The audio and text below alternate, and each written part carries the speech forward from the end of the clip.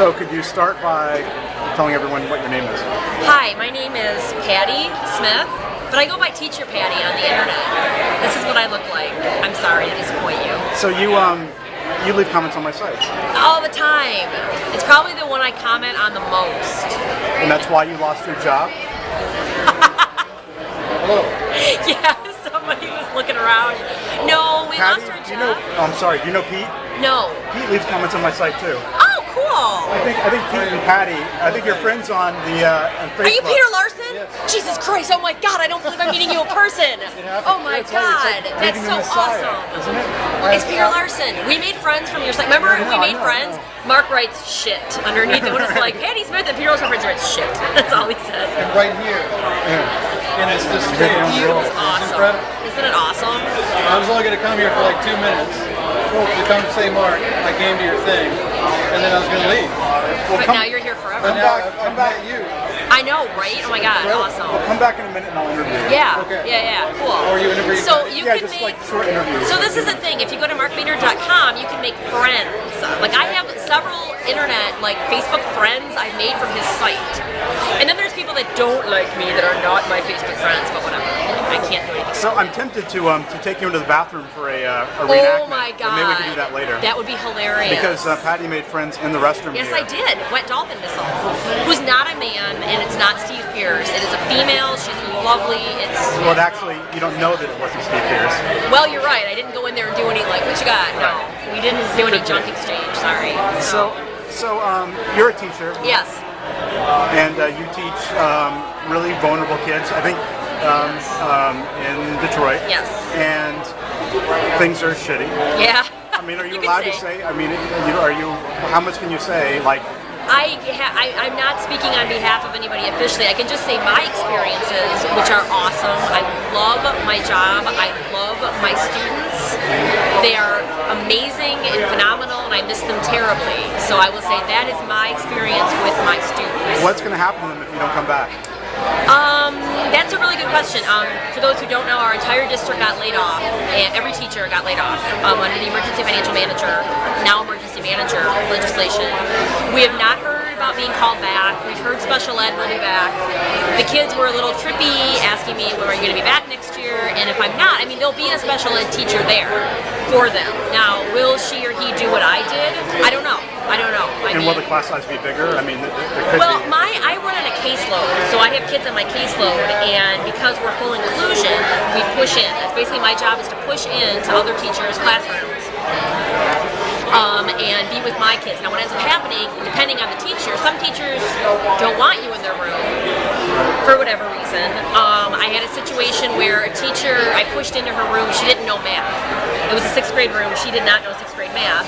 So I taught the whole class 6th grade math, which, is that really my job? No, but I'm not going to let these kids not learn math. So I was there for my kids and everyone else. I pushed it to an 8th grade classroom, and I was more user-friendly than the teacher. And other kids would come up to me. Of course, I'm going to help them. I'm not going to say no to a kid. But my main purpose is to help my students learn the concepts and modify and make accommodations and so on. When you just brought that up, it raises an interesting point. I think a lot of the reasoning that Republicans are using for making all the cuts they're making in public school is because they want, because they say you have to be able to fire bad teachers. Right. That's a small part of what they're trying to do. Right. But I mean, it sounds like you would agree with that part of it, right? I mean, there are bad teachers, they do need to be, right, but right. everything else they're doing is...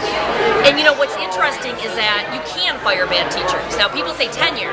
The guy at U of M, sitting there making a lot of money, a lot more money than me, he has tenure. He or she has tenure. That's tenure. Unless the guy at U of M, whips out his junk and starts peeing all over everybody, he's not going to get fired, okay?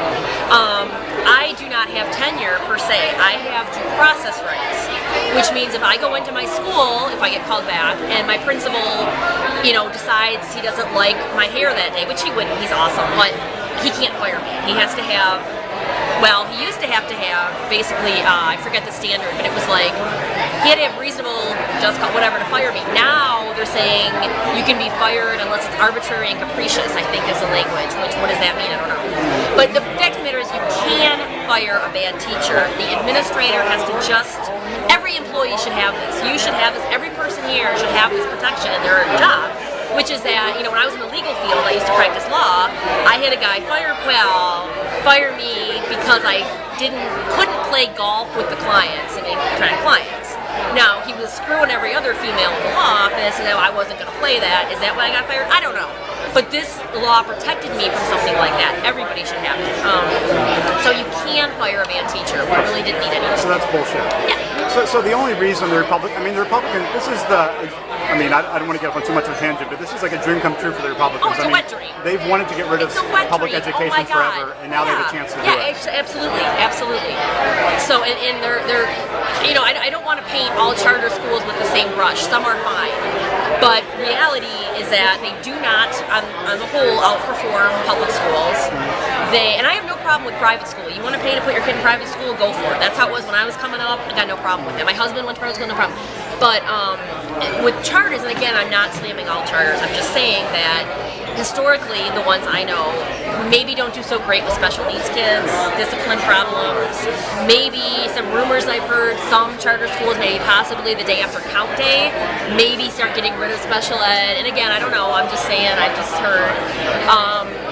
So as a special ed teacher, that concerns me that there's a large segment of the population that may not get educated if we go to a two-tier system of charters for the parents who can transport kids and who give a shit, and then public for kids nobody else wants.